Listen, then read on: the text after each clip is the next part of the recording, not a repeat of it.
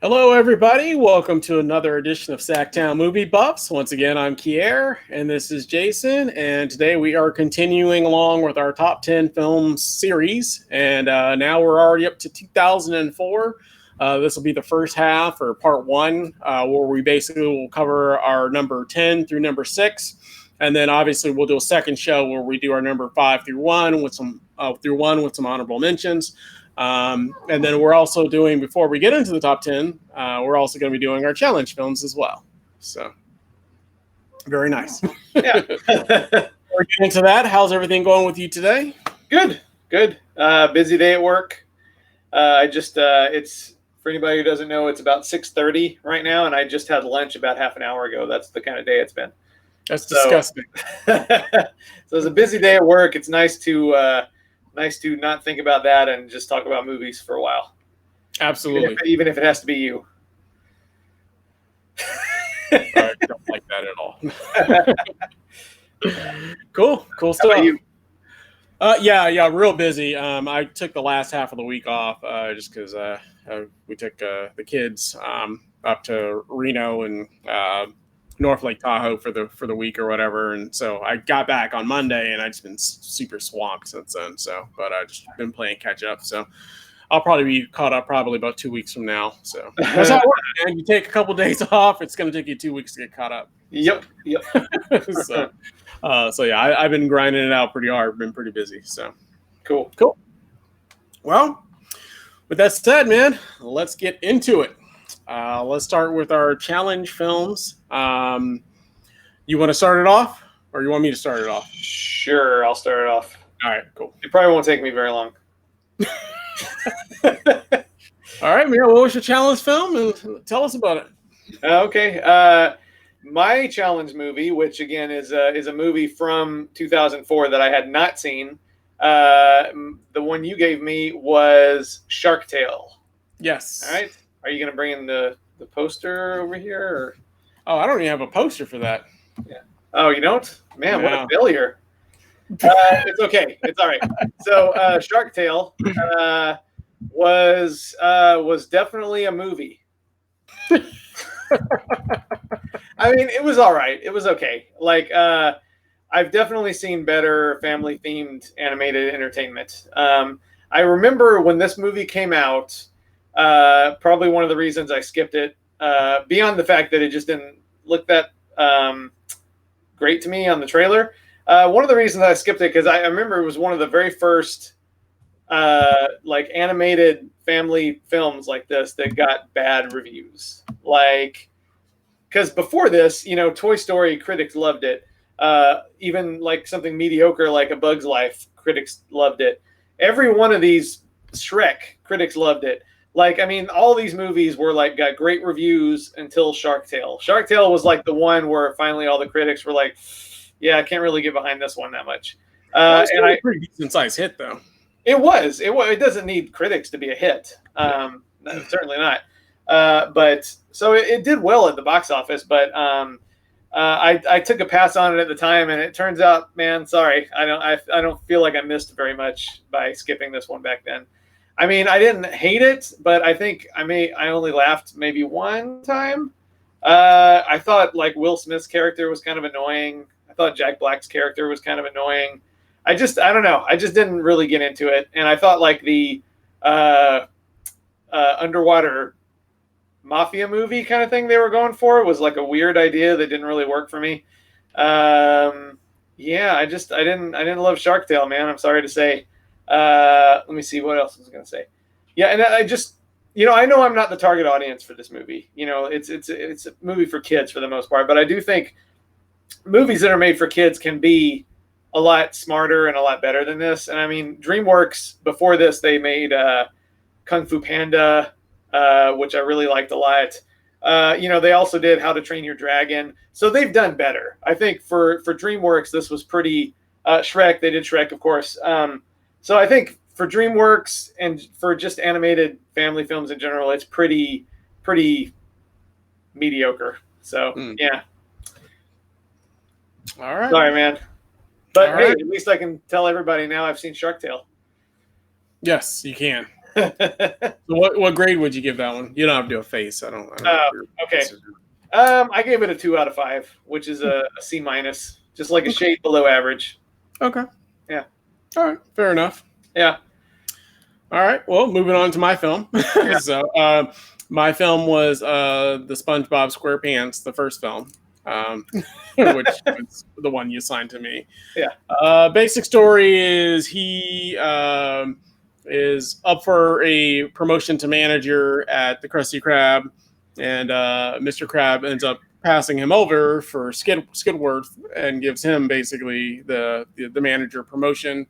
And in the midst of all that, Plankton, who, if you watch the cartoon series, is always trying to steal the recipe for the Krabby Patties, basically, in some weird way decides to steal King Neptune's crown and basically kind of frames Krusty Krab or Mr. Krabs, sorry, for the crown, and then King Neptune basically freezes him, and then the story basically takes off from there. It kind of basically it's basically SpongeBob and Patrick on a road trip, basically a road movie where they're actually in search of the crown in order to basically save the day, kind of thing. So that's the basic gist of it. And then it kind of, like you said, it kind of you told me before, it kind of reminds you a little bit of Pee-wee Herman's Big Adventure. Yeah, it's got a lot of similar themes to that, where they go into like a bar that's kind of like a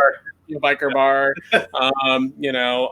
There's kind of like this lady that's like a ghost that's like also kind of there, and there's a lot of series of mishaps. Plus, they're also being chased by like a hired like hitman or something that Plankton hired in order to like go after them as well. So he's also chasing them also. Yeah. And that's the general gist of the story without going too much into spoilers or giving you the whole story, basically. Overall, I liked it. I've never been the hugest SpongeBob SquarePants fan. I like the shows. I'll watch it. In an hour and a half movie, his voice does get a little annoying for me over the course of the whole movie. It is a little irritating sometimes to listen to it the entire movie. But overall, it wasn't a bad film. I enjoyed it. I laughed a few times. So not terrible, but nothing that I personally would say that I loved or would necessarily watch again in this case. So but yeah, overall not bad. Cool. Yeah, I just watched it again today because I hadn't seen it in a long time. But yeah, I'm not ashamed to say I'm a big SpongeBob fan. I like that it's a kid friendly show, obviously, but I like that it has a little bit of that warped, kind of twisted sensibility of like Ren and Stimpy or something like that. A little bit. So it's definitely got some weirdness to it.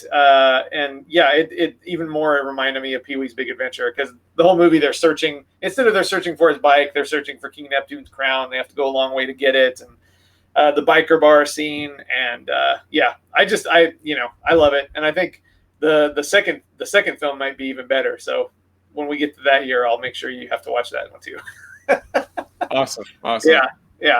Yeah. Overall great. I'm probably gonna give it a 2.5 for me on that one. Oh man, really? Yeah. I liked it. It's so funny. Yeah, I liked it enough. I didn't love it though. It just 2.5 is a pretty solid grade for me. So for you, I guess. Yes. I know 2.5 for you basically means you hated it. So yeah, it means I didn't really care for it that much. Yeah. So 2.5 for me is decent. It's respectable for sure. All right. Cool. All right. Well, you liked it more than I like Shark Tale, so sounds like it. Yeah, probably so. Yeah, for sure. All right, man. Well, getting into our actual top 10. So I'll have you go ahead and kick it off with your number 10 for 2004. My number 10 for 2004 is Harold and Kumar Go to White Castle. So I love the Harold and Kumar movies, especially this one and the Christmas one.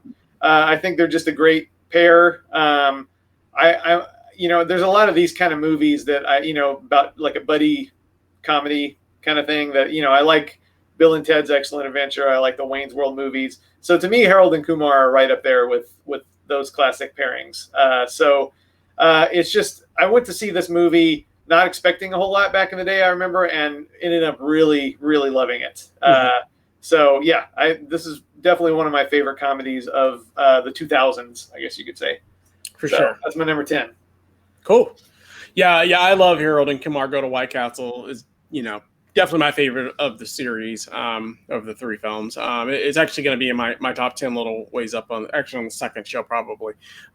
So yeah, I like that one a lot. It's one of my all time favorite comedies. So great choice. Yeah, very very funny. It's obviously a weed smoking movie for the most part. So if you have any hangups about that, then you may not get it. But other than that, it's a really really funny film. You know what I mean? And it's and it sounds really dumb. It sounds like a dude, where's my car kind of thing. Harold and Kumar go to White Castle, but there's just so much story there because they get into so many different mishaps and things that happen, and it's just really really funny. So it's definitely way better than Dude, Where's My Car? That's for sure.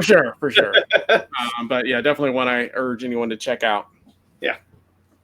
Cool. My number 10 is actually going to be Sideways. So just a really, really good comedy. Just really good acting, very funny, kind of original one, actually set kind of down in Napa Valley, not too far from here in wine country. They're basically Paul Giamatti and Thomas Hayden Church are basically Thomas Hayden Church is engaged to get married, and he's basically for his, I guess, his bachelor party, not really bachelor party, but he wants to go golfing or whatever.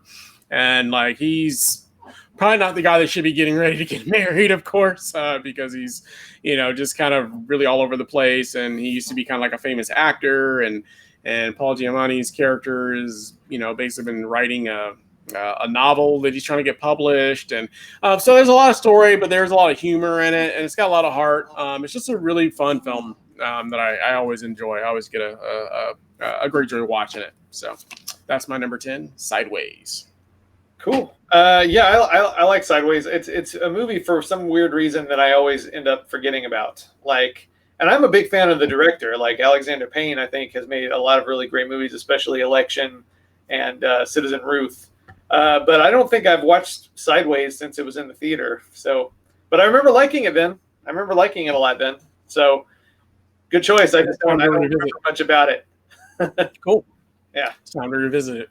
Yeah, maybe. We'll see. All right, number 9. Number 9 is Sky Captain and the World of Tomorrow. So this is a movie that kind of takes, I thought it was a really cool approach because I've never seen a movie really do this before exactly this way, but it takes an approach of making a modern movie but using the look and feel and special effects style of movies from the 40s and 50s, like those like old classic science fiction films. So it's also one of those movies. It's made almost entirely with a green screen, blue screen technology, and that usually bothers me. That usually bothers me. But for this movie, I thought they did a really good job of creating a world that felt real. And it's been a long time since I watched it, so it would be tough to synopsize it, but it's a super fun movie. It kind of tanked at the box office, which is unfortunate because it probably cost a lot of money, and it's a really unique movie. And unfortunately, the unique movies are usually the ones that don't always translate to box office dollars because they're not easy to sell. But it's a really cool movie, a lot of good action adventure, good cast, really fun movie that I think more people should see. So that's my number 9, Sky Captain and the World of Tomorrow. Cool. Yeah, I can't remember anything about that film, so it was like one of those ones that I didn't even put that I think that I've seen before because I don't remember anything about it. So yeah, I don't think you had it was on your list of movies that you hadn't seen. Yeah, I feel like I've seen bits and pieces of it, but I don't know if I've seen the movie in its entirety. So I just didn't include it as a movie that I've seen because I don't know if I can't remember anything about it, then I'm just gonna say I haven't seen it. So I couldn't tell you one thing about it. So. I remember the trailer of it, and so that's why I get confused. I'm like, did I see part of it, or was it just a trailer? So, you know what I mean? So I'm not for sure. So maybe one that I'll revisit someday. Who knows? So you watch that, I'll watch Sideways. There you go. My number 9, it's another comedy, a little bit more on the slapstick side, I guess, if you will, is actually going to be Starsky and Hutch. So I've always enjoyed this one. Ben Stiller, Owen Wilson. Like I said, this is when all these guys were pretty much in everything. Them and Vince Vaughn and he's actually in here too. The other one that's always Will Ferrell. They were always in movies together in some capacity, during this period of like the early 2000s, mid 2000s kind of thing. Yeah, obviously it's a kind of like a spoof of the show Starsky and Hutch. I haven't seen this one in a long time either, but it's really, really funny. Snoop Dogg's in it as well.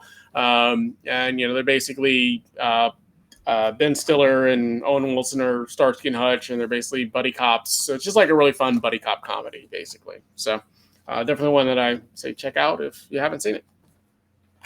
Cool. Yeah, I remember liking it. I may not have seen it since it was in the theater, but I think I saw it a couple of times at the theater. I saw it once, and then I think I went with my mom because I thought she would like it, and she did. But I don't know if I've seen it in 16 years though. So, but I remember liking it for sure. I remember it had a good soundtrack, like a lot of Chicago, and I'm a Chicago fan. So cool. Yeah.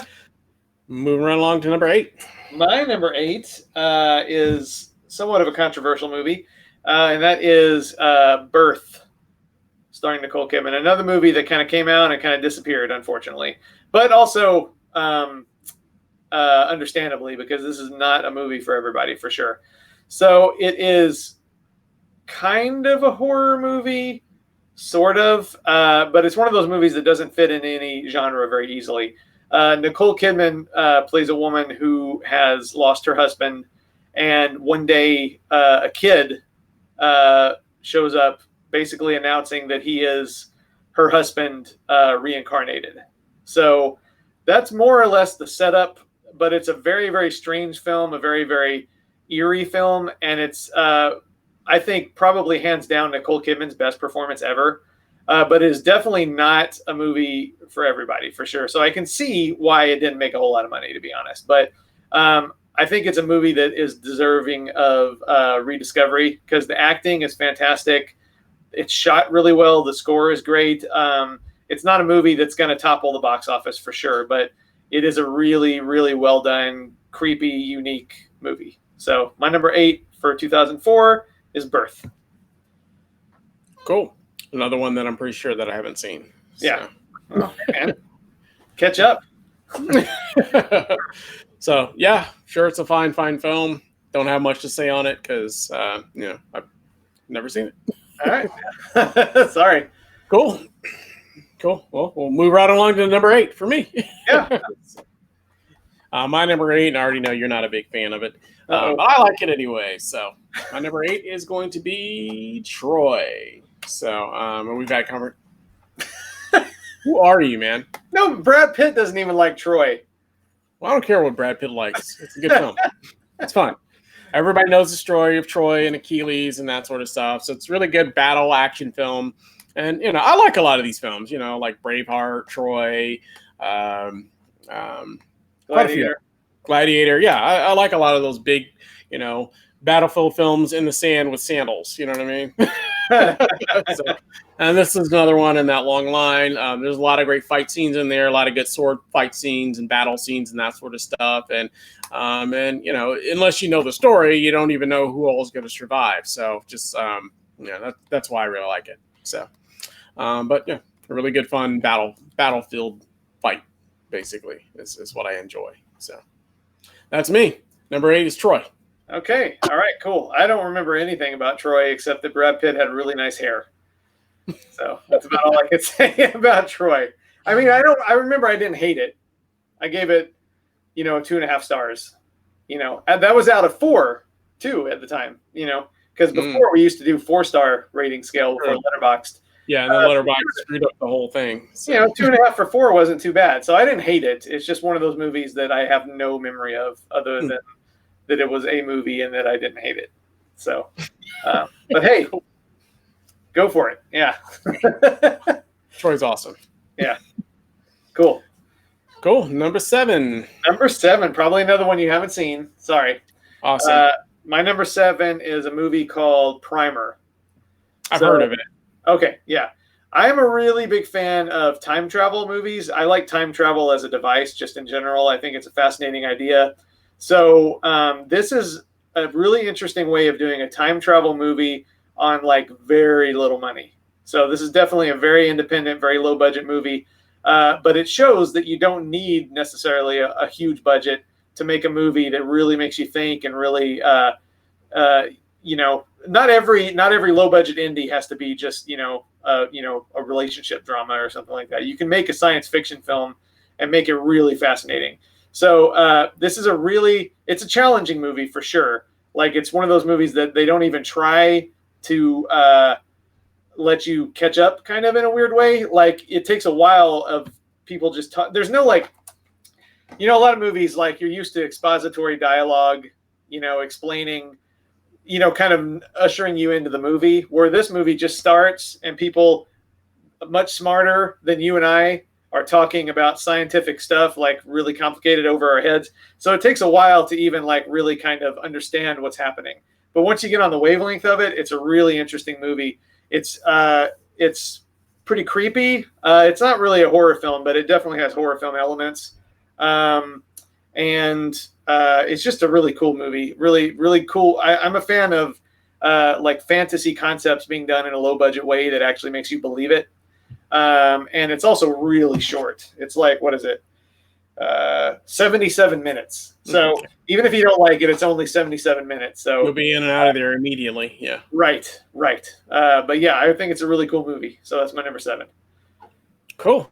Yeah. Yeah. So 3 for 3 for movies I haven't seen. Awesome. All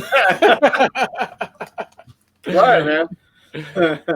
Cool. You've seen the next one for sure. I guarantee it. Actually, movies that I don't know if anybody's seen because none of them were like hits really. So yeah, they all kind of probably tanked at the box office, I'm assuming. So yeah, cool, man. You've seen the next one though, I guarantee it. Well, cool, man. Well, I'll be glad to have seen something that you like on your countdown. So awesome. My number 7, I don't own actually, well anymore at least. So I'll be bringing that one in, and it is going to be $1 Million Baby. So most people know the story, $1 Million Baby. I want to say Hilary Swank won an Oscar for this one too, I believe. I think so. Yeah, I think so. Obviously directed by Clint Eastwood, also stars Clint Eastwood, and it's basically a boxing film. She's a female boxer, and he basically is showing her the ropes. Also, it's Morgan Freeman in there. That's also kind of like the cut man, and also helping with boxing as well. It's kind of a gritty, gritty boxing film. It doesn't have a lot of like the big flash of like, say, I don't know, the Rocky films and that kind of stuff. So it's really like gritty, grueling, with the cuts and that sort of stuff. But one that I've always enjoyed. I think the acting's really good in there. Hilary Swank's really good in there as well. It's probably, next to Boys Don't Cry, of course, it's probably her second best performance. And I think she won an Oscar for both of them, I believe. So don't forget about the next Karate Kid. And the next Karate Kid, yeah. Actually, that's probably number 1 for her for acting. But yeah, she's always been like a pretty good actress. I haven't loved her in a whole lot of things recently, but back in those, the 2000s and before that, she was like hot, like all over the place. You know what I mean? But I don't know what happened to her the last few years. But great film, one that I've always enjoyed. The Hunt. Don't forget The Hunt. Oh, that's right. She was in The Hunt. I totally forgot about that one. Yeah. Yeah. That's true. But before that, it had been a while. Yeah, before that, it had been a while. So, and even with The Hunt, well, it's not a spoiler at this point. You don't really see her for most of the movie. So, yeah. But she's good. Yeah, for sure.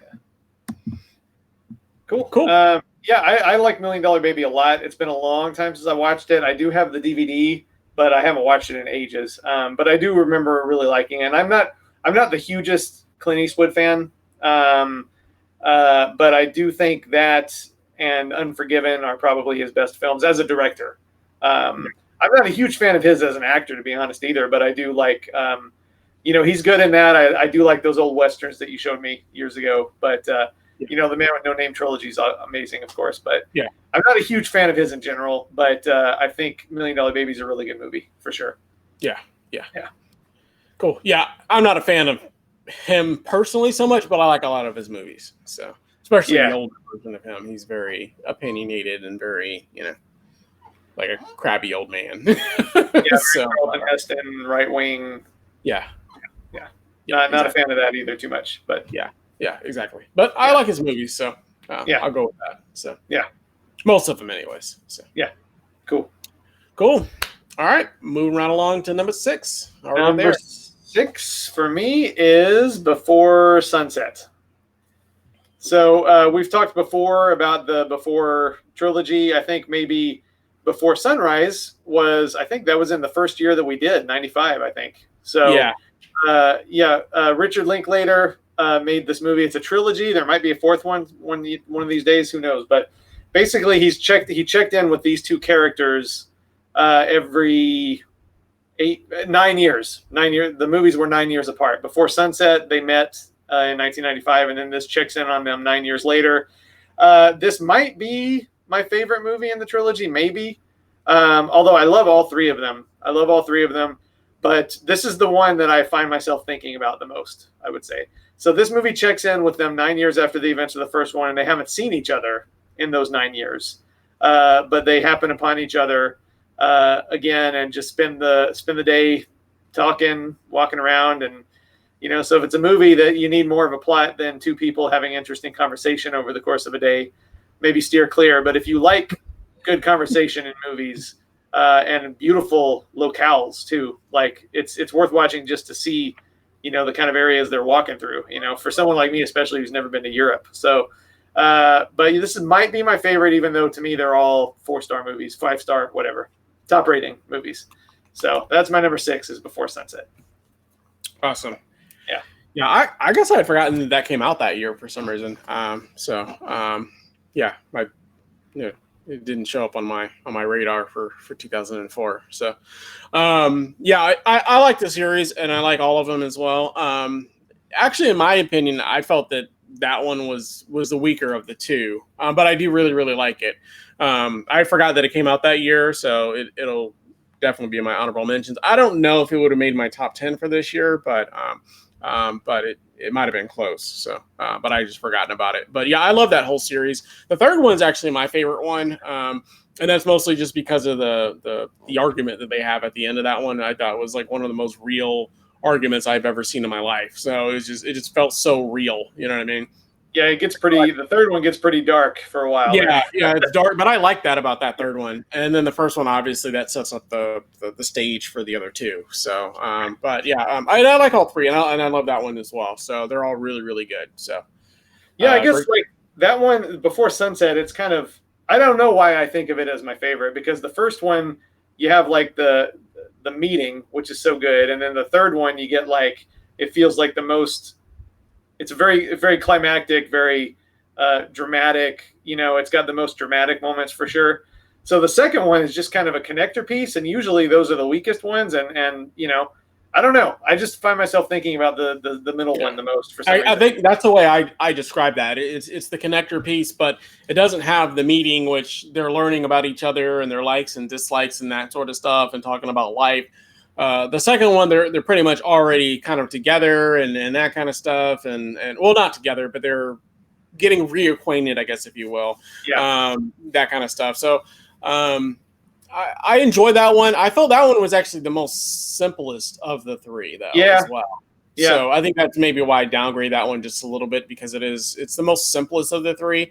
Because there's, the first one, they're kind of like traveling, like, all over on the train. This one, they're pretty much like, he has like an hour before he's supposed to go somewhere, and they decide to like grab coffee or something like that. So this one was like way more simple to me. So I don't know, maybe that's why. And then the third one, they're traveling with like family and, going all over the place in Europe. And, so it's kind of bringing it back to the first one. And then the big argument fight scene at the end of that one as well kind of really sets the tone for that film. Whereas this one, in my opinion, it's a little more forgettable, in my opinion, than the other two. So, because there's not as much meat to it. So, yeah, but yeah, I had forgotten about that one. So it'll probably make my honorable mentions. I don't know if it would have made my top 10, but it's not going to now. So, yeah. So sorry, Before Sunset.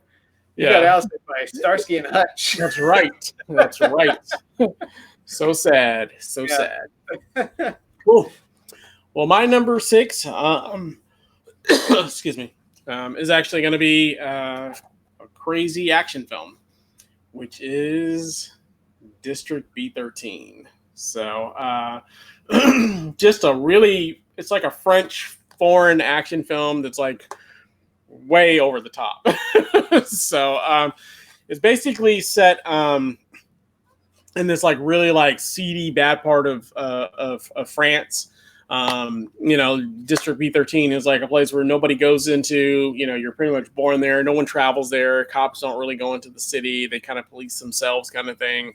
And the main star basically, he's like, I don't know, parkour to like the 18th power or whatever. He's just like a monkey Spider-Man. He just like jumps through buildings and it is just crazy. A lot of things happen. He's up having a team with a cop that's pretty much exactly like him. You know what I mean? They're both like two parkour nuts, and they have to team up to help like find like this bomb that's like located in their city, and they only have like a few hours to find the bomb basically. And so they team up together to basically go find the bomb from like the main bad guy. But that's pretty much the gist of the film. It's just a lot of action, a lot of violence, a lot of fight scenes, a lot of shooting, a lot of killing. But it's a really, really fun film. I just watched it the other day because I hadn't seen it in many, many years. I was actually gearing up for another film that you want me to watch that you had just seen recently that's supposed to be like a crazy action film like this, or like The Raid.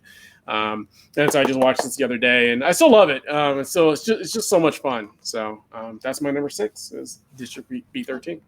Cool. Yeah, I've only seen it once. I saw it in the theater back in 2004. It doesn't seem like that long ago, but I did really like it. Am I wrong? Is it? It's got kind of an Escape from New York kind of sci-fi feel to it a little bit, doesn't it? An alternate future or something like that. Yeah, kind of like an alternate future a little bit. Yeah, as well. It doesn't. There's nothing like futuristic that really happens, but it just has like a futuristic kind of feel setting to it a little bit. So yeah, and I like that. I like that kind of Escape from New York, Running Man kind of vibe it had, if I remember right. Yeah, exactly. Yeah, I remember liking it a lot. I don't know why I haven't seen it again since, but I do remember liking it a lot. So cool. Good choice. I know. Yeah. Awesome. Well, cool. Well, that was fun. Like I said, we'll have to see with the top half. I hope, maybe I'll see some, you'll show some films that I've seen before in the top half. I've seen all 5 of those, if I remember right. Cool. Pretty sure. Cool. I'm assuming at least 1 or 2 might be the same. So, but we'll see. I'm pretty sure that 2 of I'm positive that at least 2 will be in your top 5 also. Cool. Positive. Cool. Well, as long as you have, the Punisher in there, then we're good to go. I think I like the Punisher. I do too, actually. I like it. Yeah, I actually do. Oh, but we'll save that for the second show. That's not in the top 5. No, it's not in the top 5, but we'll say that. Yeah. Don't say it like that. We'll say that for the next show for sure. Yeah. So, well, cool. Well, once again, we thank you guys for watching. Hopefully you enjoyed it. Obviously, if any of the films that are in your top 10 for 2004 we didn't mention, well, there's another show coming where we do our number 5 through number 1 and our honorable mentions. So you'll definitely want to check that out when we upload that.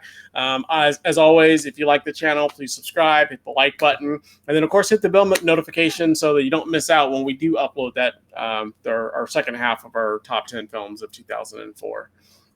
Yeah, as always, hit the bell notification, and we'll be seeing you guys again real soon. We hope you all have a great day, and bye.